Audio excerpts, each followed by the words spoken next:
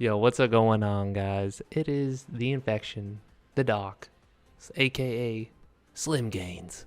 I don't know. What the hell? It doesn't matter. Anyways, so today I'm going to be talking about my experience with trying to gain muscle in a calorie deficit and how I think it's very successful and makes sense, and it's not that hard to do.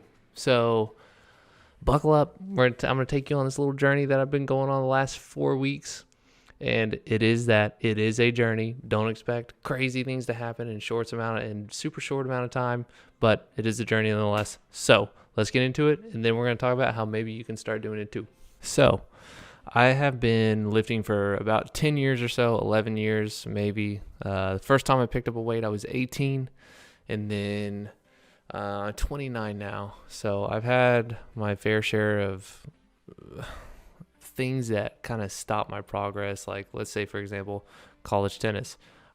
You can't really lift to grow while you're playing college tennis. You're trying to be competitive. You work out a different way, right? So I'm not, those 3 years that I was training for that, didn't really lift weights. I had a couple of minor injuries the next few years, had a really bad low back injury 3 years ago that has really limited me and changed that. So it's not 11 years of fully lifting just to grow, right? Different types of training, different types of scenarios. However, 11 years nonetheless. So I'm an experienced lifter. I'm way past my newbie gains. So for me to do this, it's not just that I just started lifting weights or I'm severely overweight or anything like that, right? This is what I've experienced. On October 18th, I was 202 pounds, 202.8 pounds. And on November 22nd, I was 200.6 pounds. And I wrote a little note here that I ate pho the night before. So I'm going to probably be holding a little bit extra weight because it wasn't super clean. I had some pho with my fiance, with Christine. And it was delicious, but of course I'm going to hold a little bit of weight. So I was probably right around 200 or just below 200 if I wouldn't have done that. So I did take my measurements before and after and everything. So I'm going to compare those real quick. So I was taking my neck measurement at first, but then I realized it's really not going to change that much measuring at the Adam's apple. It was 39.5 and it was 39.5 4 weeks later. My chest, 105 centimeters. At the beginning, 111 centimeters at the end. My arms, my right arm was 42, left arm was 41.5 centimeters. My right arm at the end was 42.2, left arm was 42 flat. And the way I measured my arms was thickest point, top and bottom. So it's not just, like 3 or 5 inches from the elbow or anything like that. I just did highest point, lowest point. That way, the thickest, right? Keep the variables as low as you can. On my waist, this one's the big one. So if my waist, great, my arms went up a little bit, my chest went up a little bit. Okay, so clearly I'm gaining something. 85.1 centimeters. At the end, it was 82.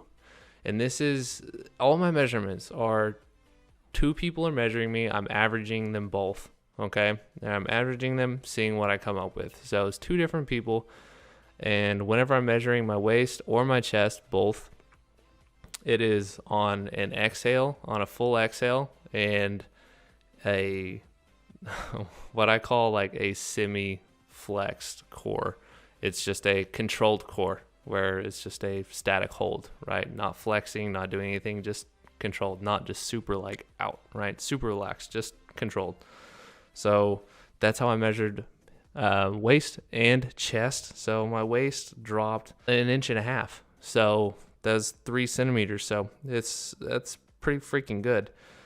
What hips or my butt was measured at 102 at the beginning and 103 at the end. So hey, I don't carry a lot of fat on my butt, so I wouldn't expect that to go down. So if it stayed the same or went up, fantastic.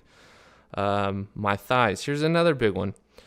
Right thigh was 60.5 centimeters, and this was measured 30 centimeters up from my knee every time. So again, consistent results, right? Let's lower the variables.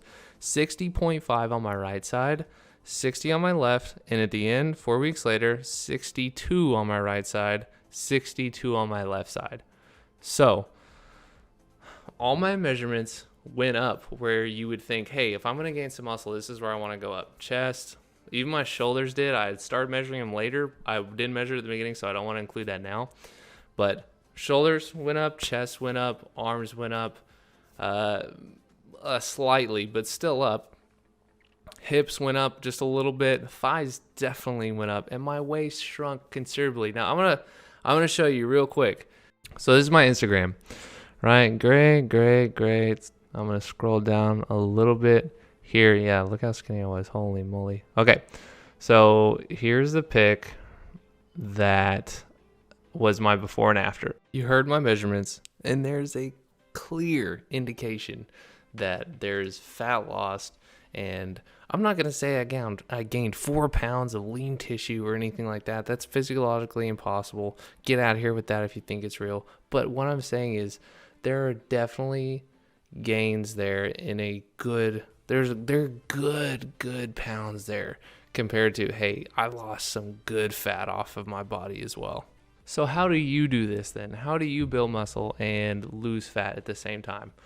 Well, if you're overweight already, or if you have a little bit of extra fat on you, perfect. That's energy. The only thing you need to nail is your protein intake. That way your muscles are getting their building blocks. You have to have enough protein. That's the one thing that if you're going to do this, the one thing you have to do is nail your protein. For me, my magic number and the one I would recommend that you start with is 1.6 grams per kilogram of body weight, not per pound, per kilogram. So for me, mine's about 180. So my diet is, with all the other stuff I eat about a pound of meat a day plus, the rest of my diet is the eggs, the oatmeal that I'm getting protein from, all the other stuff, right? And that balances out to right about where I need to be. And when you're getting it through the day, a little bit in the morning, more pre-workout, more post-workout, and then a little bit at night. That's it, right? That's the macro you need to nail. The carbs and fats, split them up however you like. I'm not gonna lie. If you don't really like carbs that much, but you like fats, perfect. Just make sure you're still in a calorie deficit, right? I'm assuming that you already know what that number is. It's not hard to find a general outline, but if you're losing weight slowly, nice, steady, perfect. Just nail your protein. And one, intensity in the gym is a must. Rest is a must. Water is a must. And then the protein is a must, right? Those are the things you got to nail. If you are not overweight, if you are super skinny, it's much harder to do this because if you're way on the other side of the spectrum, like you're eating 3,000-4,000 calories a day and you're still not gaining any weight, you're not gaining a pound, then if you're maintaining and you're at that stage, then perfect. Keep eating what you're doing and just keep nailing your protein, and you're just going to build muscle and stay about the same body fat percentage. That's pretty good, right? Not too bad. I'm kind of in between. The general rule here is that look in the mirror, right? And this is for the in-between where you're like, hey, I think I'm at a pretty good body fat percentage, but I just want to build some muscle. Perfect. There's no reason to bulk. There's no need to bulk. Why do you need to gain fat to put on muscle? I don't understand that. It's crazy to me. It's crazy. Bulking, cutting, all that crap. Okay, so this is what you do. Look in the mirror, right? Hey, I'm about the same body fat percentage that I was 2 weeks ago. Perfect. Nail your protein. Nail your workout intensity. Get sleep and drink some freaking water. That's it. Keep eating about the same amount. Just nail your protein. That's it. It's not rocket science. I promise. If you're not gaining muscle, then A, you've reached your genetic potential, right? Your genetic potential. You've been working out for a long time then, if you have. 10 plus years more than likely. Number 2, you're not drinking enough water. Number 3, you're not getting enough rest. Number 4, you're not working out like you need to be, or how is stimulating your body to the best of, or to where it's happy. Some people respond differently to different types of stimulus. So find that. For me, I found it. I love it. It took me years to find it, but I did. So that intensity is for you to find, right? And it's not just more weight, more temp or different tempo. Like, you have to find the right exercises that work for you. You have to find what type of effort you need to be putting. And that's the big one, the effort, right? Sets and reps, you can do whatever. You can do 10 reps and they're all shit. They don't matter. They're crap reps. They took a second to do them. Your body's not getting anything out of it, right? Sets, reps don't really matter. It's about the effort. And I'll keep going back to this through all of my videos. If we're talking about muscle doesn't know weight. It knows stimulation, and that's it. It doesn't know weight. It doesn't know that you did 20 reps or 10 reps or 5 reps. What it knows is how long was it under tension and what type of tension it was under. Was it under strenuous? Was it under a little bit, very controlled? That's what it knows. It knows stimulus. That's it. Don't think about it like reps and sets. Yeah, I got to do 10 reps. Okay, I got my 10 reps. That set's done. Like, no, if you didn't put it on the table, if you didn't put effort into it, you're not done because you didn't do anything. You just moved some weight around, right? You have to force your body to grow, period. And you have to put it in an environment to grow. That's where the rest, the water, the protein, all that comes from, right?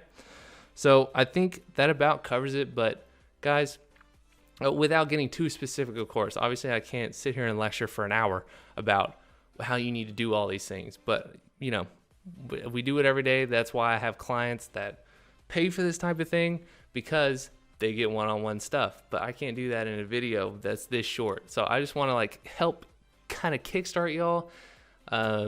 If you're already, if you already have some information, you just kind of got to piece it together, need a little here's and there's, then hopefully this video will help you out just a little bit. Maybe that protein is the thing you're missing. Maybe the rest is the thing you're missing, right? Maybe you don't want to keep gaining 20 pounds every year and then losing 16 pounds because you put on 4 pounds of muscle that year, right? There's no need to do that. So that is all I have to say about this. If y'all have any questions, or if you have any input, rather, if you've done this and it's worked, or you did this and it didn't work and you're not sure what the heck's going on, leave a comment. Maybe you can help someone. Maybe you can help me. I like learning. It's a part of life. I'm a life learner. So that would be fantastic. Leave it in the comments. Leave what you think. If you think I'm full of shit, then leave it in the comments. That's fine with me. But guys, I'll catch you on the next one. Peace. Have a good day. I know I was always repping.